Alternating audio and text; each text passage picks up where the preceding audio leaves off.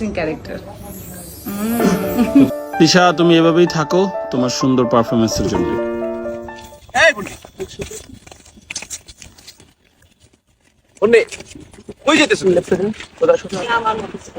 কি সমস্যা? আমি তো ওইদিকে যেতেছি। মানছি কি করবো? আমি তো বাজারে পড়ে তোমার টিউশন পর্যন্ত যাই।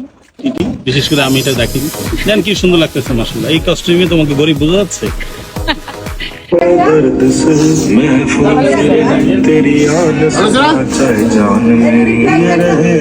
পৃথিবীটা কত সহজ হয়ে গেছে প্রিভিউ করতেছি ভালো করার জন্য। সো তিশা ভালো করতেছে, এই শটগুলো আবার দেখতেছি আমরা। খুব সুন্দর একটা প্রজেক্ট হয়েছে, আপনারা সবাই দেখতে পাচ্ছেন ইতিমধ্যেই। নর সুন্দরী আরো দেখতে থাকুন।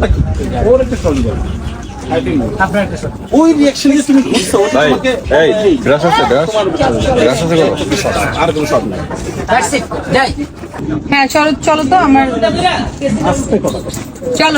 চলো। আমরা এই দিন লাস্ট সিন শুট করতেছিলাম। আক্তার খুব ব্যস্ত ট্রলি বসানোর জন্য। তো শুটিংটা খুব ভালো হচ্ছিল, আমরা সবাই খুশি কাজ করো। কি রে ভাই, মানে কোনো কাজ তো লাগে করতে পারবো না।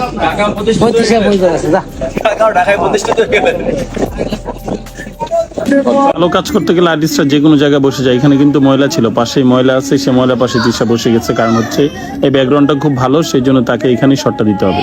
সে খুব ইমোশনালি শটটা দিছে, থ্যাংক ইউ তাকে। একটা সুন্দর প্রজেক্ট ক্রিয়েট হয়েছে।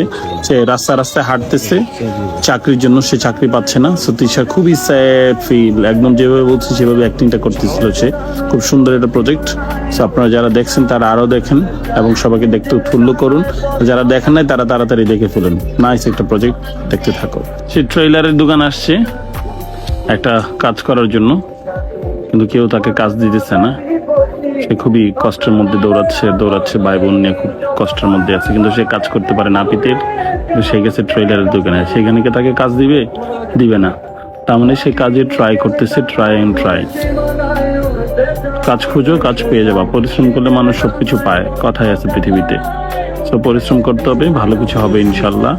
সেটা আমি কেন, আপনারা সবাই জানেন পরিশ্রমের সফল হবে ইনশাল্লাহ। টাটা, বাই বাই, খতম। তিশাকে এই নাটকে সবচেয়ে বেশি ভালো লাগছে, তার ক্যারেক্টারটা সুন্দর ছিল। একটা নাপিতের ক্যারেক্টার সে প্লে করছে এবং খুব ইমোশনাল হয়ে গেছে এই ক্যারেক্টারটা করতে গিয়ে। খুবই সুন্দর ক্যারেক্টার, আপনারা যারা দেখছেন তারা দেখলে বুঝতে পারবেন। আমি একটু আগে ভাবতেছিলাম আমি জীবনে কি ক্যারেক্টার করছি, এটা একটা ইন্টারেস্টিং ক্যারেক্টার। নাটকটা রিলিজ হয়েছে বাংলা ভিশনে। ইতিমধ্যে অনেক আলোচনা নাটকটার মধ্যে শুরু হয়ে গেছে। আপনারা যারা এখনো দেখেন নাই অবশ্যই তারা দেখে নেবেন। নরসুন্দরী।